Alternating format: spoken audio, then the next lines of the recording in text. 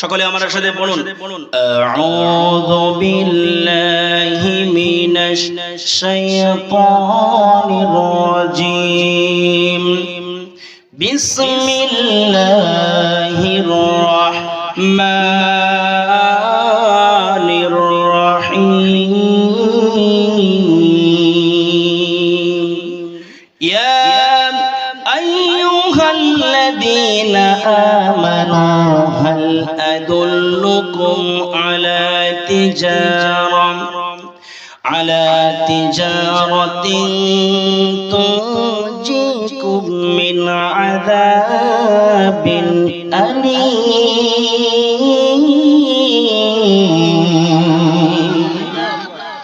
রব্বুল আলামিন বলেন, ইয়া আইয়ুহাল্লাযীনা আমানু, হে বিশ্বাসীগণ, হে ঈমানদারগণ, তোমরা যারা ঈমান আনয়ন করেছো, আল আদুল্লুকুম আলা তিজারা, আমি কি তোমাদের এমন একটি ব্যবসার সন্ধান কি দেব না, যে ব্যবসা করলে তুনজিকুম মিন আযাবিন আলীম, কঠিন আযাব থেকে, যন্ত্রণাদায়ক আযাব থেকে মুক্তি পেয়ে যাবে। সকলে বলুন না সুবহানাল্লাহ। ঘোষণা করছেন কে? সকলে বলুন না, ঘোষণা করছেন কে?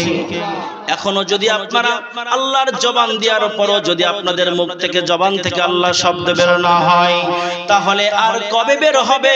স্বৈরাচার মুক্ত করেছেন, আবার যদি আপনি মুখটা বন্ধ করে রাখেন, ওই স্বৈরাচার আবার আসবে, তখনও আল্লাহর নাম সরাসরি নিতে পারবেন না। সম্মানিত বন্ধুগণ আমার, আল্লাহ তাআলা ব্যবসার সন্ধান দিচ্ছেন। তার আগেই বলে নেই আল্লাহ তাআলা কেন এই আয়াত নাজিল করলেন, কেন এই সূরা নাজিল করলেন। আমি যে আপনাদের মাঝে যে সূরা থেকে তেলাওয়াত করেছি, পবিত্র কোরআন থেকে, সূরাটা হচ্ছে 61 নম্বর সূরা। সূরাটার নাম হচ্ছে সূরাতুস সাফ। সাফ অর্থ সারিবদ্ধ। আল্লাহ পাক রব্বুল আলামিন কেন এই সূরা নাজিল করলেন? রব্বুল আলামিন এই সূরা নাজিল করার পিছনে কারণ তো রয়েছে। বিশ্বনবী সাল্লাল্লাহু আলাইহি ওয়াসাল্লামের সাহাবীগণ একদিন সমবেত হলেন, এক জায়গায় জমায়েত হলেন। হওয়ার পরে একে অন্যের সাথে আলোচনা করতেছিলেন, এমন কোন আমল রয়েছে, এমন কোন আল্লাহর কাছে আমল পছন্দ হয়ে যায়, যে আমলটা করলে আল্লাহর প্রিয় হওয়া যায়। সবথেকে বেশি প্রিয় আমল। একজন আরেকজনের সাথে আপনার কথা বলতেছিলেন, একজন আরেকজনের সাথে বলতেছিলেন, তুমি যাও তো রাসূলের কাছে। আরেকজন বলতেছে, যাও তো তুমি রাসূলের কাছে। কেউ রাসূলের কাছে যেতে আপনার চাইলো না, কারোর হিম্মত হলো না। সম্মানিত বন্ধুগণ আমার, প্রিয় হাজিরিন, একটু মনোযোগ দিয়ে শুনুন। আল্লাহ পাক রব্বুল আলামিন এই সাহাবীদের কথা, এই সাহাবীদের আলোচনার খাতিরে আল্লাহ পাক রব্বুল আলামিন এই সূরা সাফ নাজিল করে দিলেন। এই জন্য সূরা সাফ নাজিল করে দিলেন, কারণ সাহাবীরা চেয়েছিল ভালো আমল, সাহাবীরা চেয়েছিল আল্লাহর প্রিয় হতে। আর আল্লাহ প্রিয় যে কাজটা, এই কাজটা মহান রব্বুল আলামিন রাসূলের কাছে নাজিল করে দিয়ে বলেন, সকলে সুবহানাল্লাহ। আর সেই প্রিয় আমলটা হচ্ছে আল্লাহর সাথে বান্দার ব্যবসা। বলেন কি? তা আমরা কি আল্লাহর সাথে বান্দার ব্যবসা করতে চাই? আল্লাহ পাক রব্বুল আলামিন বলেন, বান্দা তুমি কি আমার সাথে ব্যবসা করতে চাও?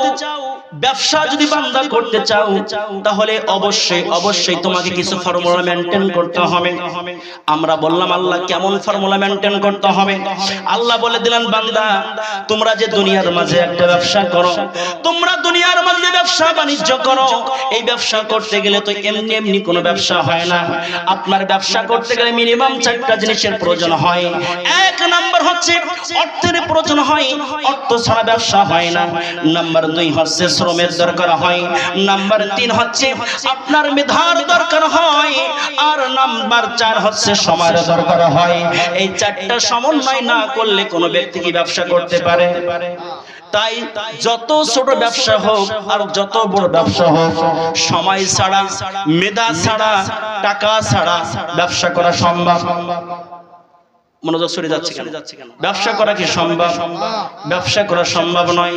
প্রিয় বন্ধুগণ আমার, আল্লাহ পাক রব্বুল আলামিন আপনাকে আমাকে ঠিক আল্লাহর সাথে ব্যবসা করতে গেলে আল্লাহ পাক রব্বুল আলামিন ব্যবসার ফর্মুলা জানিয়ে দেয়, বলেন ও বান্দা, এ তো সেই ব্যবসা যে ব্যবসার ভিতরে কোনো লস নাই। এই ব্যবসা করলেই পরে তুমি লাভের ভিতরে পড়ে যাবে। আর দুনিয়ার মাঝে ব্যবসা করলে সেখানে লস আছে না নাই? বলেন আছে না নাই? আল্লাহর সাথে ব্যবসা করতে হবে, আল্লাহর সাথে ব্যবসার কোনো লস নাই, কিন্তু দুনিয়ার ব্যবসায় লস আছে না নাই? আল্লাহ পাক বলছেন, বান্দা আমার সাথে তুমি ব্যবসা করো, কোনো লস নাই।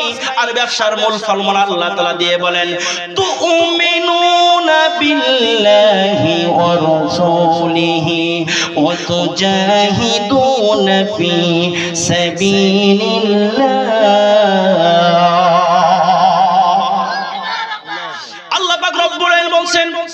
তুমিনুনা বিল্লাহ, ব্যবসার প্রথম নাম্বার ফর্মুলা হচ্ছে, ব্যবসা যদি করতে হয় তাহলে আমি আল্লাহ আমার প্রতি ঈমান রাখবে।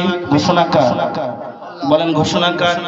শুধু আল্লাহর প্রতি ঈমান না, নাম্বার 2 হচ্ছে রাসূলিহি, এবং রাসূলের প্রতি ঈমান রাখবে। তুমিনুনা বিল্লাহি ওয়া রাসূলিহি, আল্লাহ এবং রাসূলের প্রতি ঈমান আনা লাগবে। ঘোষণা করছেন কে? সকলে বলুন না, ঘোষণা করছেন কে? এখন আপনাদের কাছে প্রশ্ন আমার রইল, আল্লাহ তাআলা আপনার 11 নম্বর আয়াতে আল্লাহ বলছেন, ইয়া আইয়ুহাল্লাযীনা আমানু, ঈমানদারগণ। তাহলে ঈমানদাররা কি আল্লাহর প্রতি ঈমান আনে নাই? বলেন, যে ব্যক্তি আল্লাহর প্রতি ঈমান এনেছে, যে ব্যক্তি আল্লাহর প্রতি ঈমান এনেছে, ওই ব্যক্তিকে আল্লাহ তাআলা ডেকে বলছেন ইয়া আইয়ুহাল্লাযীনা আমানু। কিন্তু আল্লাহ তাআলা ওইখানে কেন বলছেন আবার রিপিট করে আল্লাহ তাআলা কেন বলছেন, বান্দা তুমিনুনা বিল্লাহি ওয়া রাসূলিহি, তুমি যে ওই 10 নম্বর আয়াতে যে ঈমান এনেছো, 11 নম্বর আয়াতে যে ঈমান এনেছো, ওই ঈমান আর এই ঈমান এক নয়। আল্লাহ বলছেন তুমিনুনা বিল্লাহি ওয়া রাসূলিহি, এই ঈমান হচ্ছে দৃঢ়তার সাথে ঈমান, এই ঈমান হচ্ছে জজবাওয়ালা ঈমান। 313 জন সাহাবী যেমন করে ঈমান এনেছিল, বাবার বিপক্ষে আপনার সন্তান তলোয়ার ধরেছিল, সন্তানের বিপক্ষে বাবা তলোয়ার ধরেছিল, 1000 কাফেরের সঙ্গে আপনার 313 জন সাহাবী যুদ্ধ করেছিল। এটা তো সেই ঈমান যেখানে আপনার বাপ সন্তানের পরিচয় থাকে না, যেখানে মধ্যখানে কোরআন চলে আসে, সেইখানে আপনার ঈমানের পরিচয় দেয়। তুমিনুনা বিল্লাহি, কথা ঠিক কিনা? সম্মানিত বন্ধুগণ আমার, এই তুমিনুনা বিল্লাহ যতদিন পর্যন্ত আমরা আনতে পারি নাই, ততদিন পর্যন্ত স্বৈরাচার হাসিনার পতন হয় না। তুমিনুনা বিল্লাহর পরিচয় দিয়েছে রংপুরের আবু সাঈদ, তুমিনুনা বিল্লাহর পরিচয় দিয়েছে আমার জেলা খুলনার মুগ্ধ, তুমিনুনা বিল্লাহর পরিচয় দিয়েছে সাতক্ষীরা জেলার কিছু সন্তান আছে, তুমিনুনা বিল্লাহর পরিচয় দিয়েছে হাজার হাজার তাওহীদের জনতা। কথা ঠিক কিনা? যখনই আপনার তুমিনুনা বিল্লাহর পরিচয় দিয়ে বুক থেকে টান টান করে দেখিয়ে দিয়েছেন যে আমরা তুমিনুনা বিল্লাহি ওয়া রাসূলিহি, আমরা জান দিতে চাই, আমাদের বুকে বুলেট দাও, আমাদের বুকটা ঝাঁঝরা করে দাও, কিন্তু কোন স্বৈরাচারকে 1 ইঞ্চি মাটিয়া দাও হবে না, হবে না, হবে না।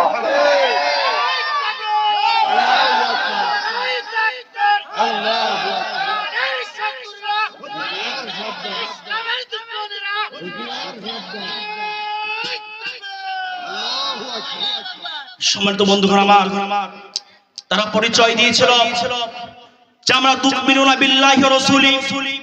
আপনারা দেখেছিলেন যখন রংপুর আবু সাঈদকে মেরেছিল, সে বুকটাকে এইভাবে টান টান করে দিয়েছিল, যখনই বুকের ভিতরে একটা গুলি লাগলো এরকম করে চাও হয়ে আবার আপনার বুকটাকে টান টান করে দিল। যখনই আপনার আবু সাঈদের বুকে গুলি দিল 17 জুলাই, সেইখান থেকে বাংলাদেশ এমন ভাবে দমন চলছে, সেই দমন আপনার স্বৈরাচার হাসিনার পাঠানো কোনো পুলিশ, পাঠানো কোনো সেনাবাহিনী, পাঠানো কোনো গুন্ডা, পাঠানো কোনো চোর, কোনো বন্দর, কোনো কুত্তা দেখতে পারে না। কোনো ঠিক না, কারণ আমাদের ভিতরে ছিল তুমিনুনা বিল্লাহ। মানুষকে মেরেছে, মানুষ পিছু পা হয় না। ইতিহাসের সবথেকে বড় সিদ্ধান্ত ছিল, আপনার প্রথম সিদ্ধান্ত দিয়েছিল long March Dhaka 6 March 6 August সেটা পরিবর্তন করে সিদ্ধান্ত নিয়েছিল 5 আগস্ট হবে লং মার্চ টু ঢাকা। তারা কতভাবে আপনার বিভিন্ন বন্দর রন্দর বিভিন্ন রাস্তাঘাট বন্ধ করেছিল। বন্ধ করার পরও আপনার কোন জায়গায় কোন স্থানে আপনার মানুষকে আটকাতে পেরেছিল? বলেন পেরেছিল? তাহলে আমার যুবক ভাই জীবন দিল, আমার যুবক ভাই জীবন দিল, আমার শিশু ভাইরা জীবন দিল, আমার কলেজার টিলা শিশু বোনরা জীবন দিল। জীবন দেওয়ার পরে যে আমরা স্বাধীনতা একটু হলেও পেয়েছি, এই স্বাধীনতা কি আপনারা হারাবেন? আপনারা কি হারাতে চান? এক ধরনের ব্যক্তিরা এখন ঘোষণা করতেছে এই কোরআনের সাথে নাকি তাদের কোনো সম্পর্ক নেই। তো যে মাগারের কোরআনের সাথে সম্পর্ক না থাকে, ওই মাগারেরও তার সাথে সম্পর্ক আমাদের নাই। কারণ আমরা তো তুমিনুনা বিল্লাহ, আমরা তো আল্লাহর প্রতি ঈমান এনেছি। শুধু ঈমান না, আমাদের বুকে বুলেট ফুটাও, এক চুল নড়বো না। এর ভিতরে তো আইয়াস চাচা বসে আছেন, শুনেছি এই স্বৈরাচার ফ্যাসিস্ট স্বৈরাচার আওয়ামী লীগেরা তাকে মারতে মারতে এমন মারা মেরেছে, আপনার বিড়ির আগুন গায়ে দিয়ে ঠেসে ধরেছে যে বেঁচে আছে কিনা। সে ব্যক্তি কখনো সত্যের পক্ষ থেকে সরে গিয়েছিল? সরে গিয়েছিল? এটাই তো আমাদের পরিচয় হওয়া উচিত। একজন ইমানদারের পরিচয় তো এমন হওয়া উচিত। ইমানদারের পরিচয় যদি আমরা এমন করতে পারি, তাহলে বিশ্বাস করেন কোন স্বৈরাচার আবার আসবে না। আবারও ঘোষণা হয়ে যায় যে আপনার বাংলাদেশটা তেমন বাংলাদেশ হবে যে বাংলাদেশের ভিতরে গান চলবে, কনসার্ট চলবে। এই বাংলাদেশটা তেমন বাংলাদেশ হবে যে বাংলাদেশের ভিতরে বাউল গীতি চলবে। এই বাংলাদেশ সেই বাংলাদেশ হবে, মানুষ ওয়াজ মাহফিলে যাবে, আবার কীর্তনও শুনবে। আমার কথা হচ্ছে হিন্দু, বৌদ্ধ, খ্রিস্টান, অন্য ধর্মাবলম্বীরা তারা তাদের সকল কার্যক্রম করবে, এটা আমরাও চাই। কিন্তু আমার কোন মুসলিম ভাইয়ের ভিতরে আপনার কোন রকম ইসলাম বিদ্বেষী কিছু আপনার এজেন্ডা বাস্তবায়িত করতে চাইলে এই বাংলার তৌহিদি জনতা কোন স্বৈরাচারের মতো কোন ব্যক্তিকে ছেড়ে দেবে না, দেবে না, দেবে না। সম্মানিত বন্ধুগণ আমার, তাহলে আল্লাহ পাক রব্বুল আলামিন বলতেছেন, বান্দা শোনো, তুমিনুনা বিল্লাহি ওয়া রাসূলি, ঈমানের প্রথম পুঁজি অর্জন করতে গেলে, ব্যবসায়ের প্রথম পুঁজি অর্জন করতে গেলে সর্বপ্রথম তোমাকে অর্জন করতে হবে তুমিনুনা বিল্লাহি ওয়া রাসূলি, আল্লাহর প্রতি যথারীতি ঈমান। পারা যাবে তো ইনশাআল্লাহ? পারা যাবে তো ইনশাআল্লাহ? দেখা যাবে শুধু সামিয়ানার তলে ইনশাআল্লাহ না, এটা আমরা বাস্তবে দেখাবো। যখনই আপনার ইসলামের জন্য, দ্বীনের জন্য আপনার সুন্দরভাবে ডাক আসবে, তখনই আমরা কেউ একচুল পরিমাণ ছড়ব না ইনশাআল্লাহ। সম্মানিত বন্ধুগণ আমার, আল্লাহ পাক রব্বুল আলামিন বলেন তুমিনুনা বিল্লাহি ওয়া রাসূলি, তোমাকে অবশ্যই প্রথম নাম্বার যে কাজটা করতে হবে, এই কাজটার প্রথম নাম্বারটা হচ্ছে অবশ্যই আল্লাহ এবং রাসূলের প্রতি ঈমান আনবে, যথারীতির সাথে ঈমান আনবে। আর নাম্বার 2 হচ্ছে অতুজাহিদুনা, আল্লাহর রাস্তায় জিহাদ করবে, আল্লাহর রাস্তায় সংগ্রাম করবে। আপনারাই বলেন তো দেখি, আল্লাহর রাস্তায় জিহাদ করতে গেলে, সংগ্রাম করতে গেলে আপনার অর্থের দরকার আছে না নাই? বলেন আছে না নাই?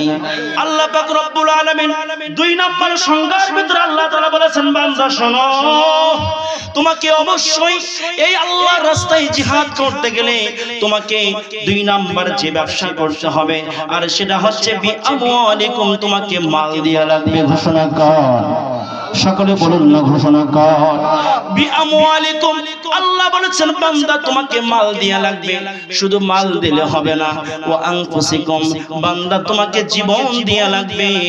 যদি মাল এবং জীবন যদি ফি সাবিলিল্লাহ, আল্লাহর পথে যদি বিলাতে পারো, আল্লাহর রাস্তায় যদি খরচ করতে পারো, আল্লাহ পাক রব্বুল আলামিন বলেন বান্দা তাহলে তুমি পুরোপুরি আমি আল্লাহ আমার সাথে ব্যবসা করার শামিল হয়ে গেলে। সুবহানাল্লাহ বলে। আল্লাহর সাথে ব্যবসা করলে লাভটা কি? রব্বুল আলামিন পবিত্র কোরআনের 9 নম্বর সূরা, সূরা আত-তাওবা এর 111 নম্বর আয়াতের ভিতরে আল্লাহ পাক রব্বুল আলামিন বলেন, ইন্নাল্লাহ হাশতারা মিনাল মুমিনিনা আনফুসাহুম ওয়া আমওয়ালাহুম বিআন্না লাহুমুল জান্নাহ। রব্বুল আলামিন বলেন, ইন্নাল্লাহ হাশতারা, নিশ্চয় আল্লাহ তাআলা ক্রয় করেছেন মিনাল মুমিনিনা মুমিনদের আনফুসাহুম তাদের জীবন ও আমওয়ালাহুম তাদের মাল বিআন্না লাহুমুল জান্নাহ জান্নাতের বিনিময়ে সকলে বলে সুবহানাল্লাহ। আল্লাহর রাস্তায় জীবন বিলালো কারা? আল্লাহর রাস্তায় মাল খরচ করলো কারা? তারা হচ্ছে কারা? বিলাল রাদিয়াল্লাহু তাআলা আনহু আল্লাহর রাস্তায় জীবন বিলালো, খাব্বাব আল্লাহর রাস্তায় জীবন বিলালো, হযরত ওমর আল্লাহর রাস্তায় জীবন বিলালো, আবু বকর আল্লাহর রাস্তায় জীবন বিলালো, মাল বিলালো। বিলাল রাদিয়াল্লাহু তাআলা আনহু যখন তাকে ইসলাম ধর্ম গ্রহণ করার কারণে তার মুনিব উমাইয়া বিন খালদ তার উপর নিষ্ঠিমূলক চালানো হয়েছিল, একটা বারের জন্য কিন্তু মহান মালিককে ভুলে নাই। কিন্তু আমার সমাজের ভিতরে এমনও মানুষ রয়েছে নামে বলে জামাত ইসলাম করে, কিন্তু স্বৈরাচারের আমলে আপনার ফ্যাসিস্টদের সাথেও চলতো, আবার তলে তলে জামাতের লোকের সাথে বলতো আমরা আছি, বিএনপির সাথে বলতো আমরা আছি। অথচ দেখতাম যে আমি তো দক্ষিণ বেত্রী 3 বছর থেকে গিয়েছি, কে আওয়ামী লীগ করেছে আর কে বিএনপি করেছে, কে জামাত ইসলাম করেছে, কে কোন দল করেছে, আমরা তো এটা একটু হলেও বুঝতে পেরেছি। কিন্তু দেখতাম ফ্যাসিস্টদের কাছে যারা ঘিসাঘিসি করতো তারা এখন এসে বড় বড় নেতা হয়ে গেছে। কথা কোন ঠিক কিনা?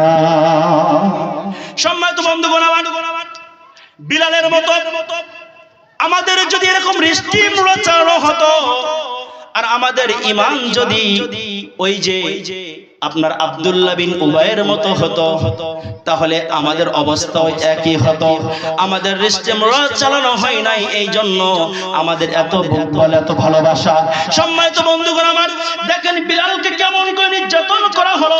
উমাইয়া বিন খালদের গৃহীতদার ছিলেন বিলাল। বিলাল রাদিয়াল্লাহু তাআলা আনহুকে এমন ভাবে মারধর করেছে, যখনই মুনিব উমাইয়া বিন খালদ জানতে পারলো যে বিলাল ইসলাম গ্রহণ করেছে, মুহাম্মাদের কালিমা গ্রহণ করেছে, উমাইয়া বিন খালদ তাকে এমন ভাবে নির্যাতন করত, দুষ্ট ছেলেদেরকে আপনার ডেকে ডেকে এনে আপনার বিলালের পায়ে রশি বাঁধত, আপনার তাকে আপনার মক্কা নগর দিয়ে আপনার টানতে টানতে তাকে আপনার পিঠগুলো ঝাঁঝরা করে ফেলতো। কোন কোন সময় আবু জেহেল এসে তাকে আপনার কত কষ্ট দিত।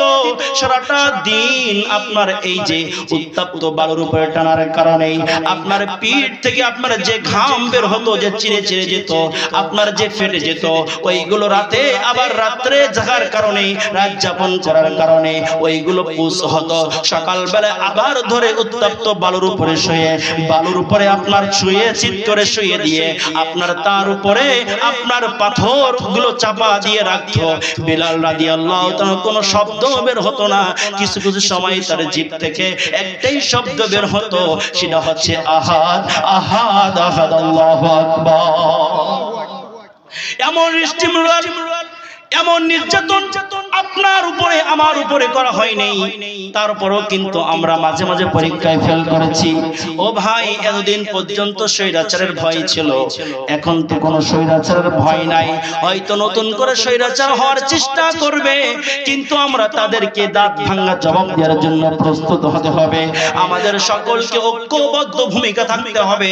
আমাদেরকে বলতে হবে ওয়াতাসিমু বিহাবলিল্লাহি জামিআ ওয়াতাসিমু বিহাবলিল্লাহি জামিআ ওয়ালা তাফাররাকু। যতই তোমরা দোসরগিরি করার চেষ্টা করো না কেন, যতই তোমরা আমাদের ঐক্য নষ্ট করতে চাও না কেন, আমরা মুসলমান ঐক্য কখনো নষ্ট করব না। এখন যদি আপনার পক্ষে লোক মোটেও না আসে, আপনি মনে করে নেবেন যে আমি একা রয়েছি, আমার সাথে আরেকজন রয়েছে। তিনি কে? বলেন না তিনি কে? ভুলে যাবেন না, বদর যুদ্ধে যে ফেরেশতাগুলো জমিয়ে নেমেছিল, ওই ফেরেশতা কিন্তু এখনো আল্লাহ তাআলা তুলে নেন নাই।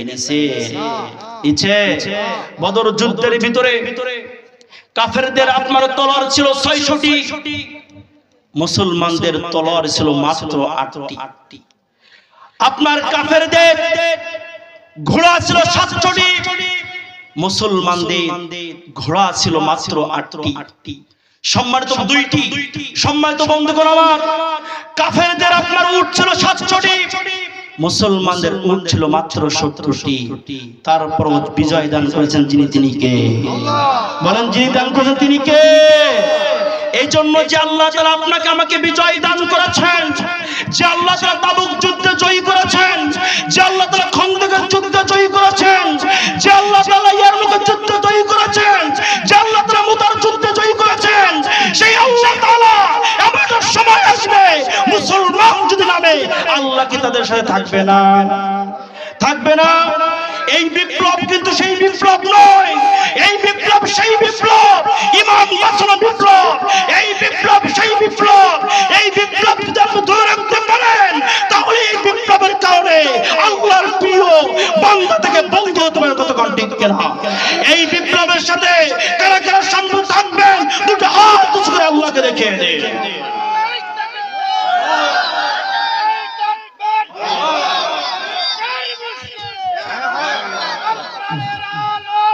বিপ্লব মানে জীবন দিয়া বসে থাকা নয়, সে কোনদিন আসবে না রে করো যদি ভয়। বিপ্লব মানে জীবন দিয়া বসে থাকা নয়, সে কোনদিন আসবে না রে করো যদি ভয়। আসবে বিজয় রক্ত আর জীবনের বিনিময়, আসবে বিজয় রক্ত আর জীবনের বিনিময়। বিপ্লব মানে জীবন দিয়া বসে থাকা নয়, সে কোনদিন আসবে না রে করো যদি ভয়। বিপ্লব মানে জীবন দিয়া বসে থাকা নয়, সে কোনদিন আসবে না রে করো যদি ভয়। পারা যাবে তো ইনশাআল্লাহ? সম্মানিত বন্ধুগণ আমার, তাহলে আল্লাহ পাক রব্বুল আলামিন বলছেন, বান্দা তুমি যদি আমার সাথে ব্যবসা করতে পারো তাহলে অবশ্যই তোমাকে আযাব থেকে মুক্তি দেব। আমরা বললাম আল্লাহ শুধু কি তুমি আযাব থেকে মুক্তি দেবে? আল্লাহ বলছেন তোমাকে আরো পুরস্কার দিয়ে তারপর মুক্তি দেব। আল্লাহ পাক রব্বুল আলামিন বলছেন, বান্দা শোনো, আল্লাহ তাআলা বলছেন ইয়াগফিরু লাকুম যুনুবাকুম ওয়া ইদখিলকুম জান্নাতিন তাজরি মিন তাহতিহাল আনহার। আল্লাহ পাক রব্বুল মুসলমানদের শরফ ইয়াগফিরু লাকুম যুনুবাকুম, তুমি যদি ব্যবসায় উত্তীর্ণ হতে পারো তাহলে সর্বপ্রথম আমি আল্লাহ তোমাকে ক্ষমা করে দেব। সুবহানাল্লাহ বলেন। আল্লাহ পাক রব্বুল আলামিন পরের অংশে বলেন ইয়াগফিরু লাকুম যুনুবাকুম ওয়া ইদখিলকুম জান্নাতিন তাজরি মিন তাহতিহাল আনহার, এবং আমি তোমাকে জান্নাত দান করব। সুবহানাল্লাহ বলেন। শুধু জান্নাত দান করবে না, আল্লাহ তাআলা এমন জান্নাত দান করবেন ওয়া মাসাকিন তাইয়্যিবাতান ফি জান্নাতি আদন যালিকাল ফাওজুল আযীম, এমন জান্নাত দান করবেন যে জান্নাত আপনার নিজ দ্বারা ঝর্ণা দ্বারা প্রবাহিত থাকবে, এবং সেই জান্নাত চিরস্থায়ীর জন্য বসবাসের জায়গা যিনি করবেন তিনি কে? শুধু তাই নয়, আল্লাহ পাক রব্বুল আলামিন বলেন ও উখরা তুহিব্বুনাহা নাসরুম মিনাল্লাহি ওয়া ফাতহুন করিব। বান্দা তুমি শুনে নাও, ও বান্দা তুমি জেনে নাও, যে কারণে আমার সাথে যুদ্ধ করে, যে আমার সাথে তুমি ব্যবসা করেছো, আমি আল্লাহ তাআলা অবশ্যই অবশ্যই ও উখরা তুহিব্বুনাহা, যেটা তুমি পছন্দ করো, নাসরুম মিনাল্লাহ, আমি আল্লাহ তাআলা তোমাকে অবশ্যই বিজয় দান করব। সম্মানিত বন্ধুগণ আমার কথা শেষ হয়েছে, আমার সময় দেওয়া হয়েছিল। যাই হোক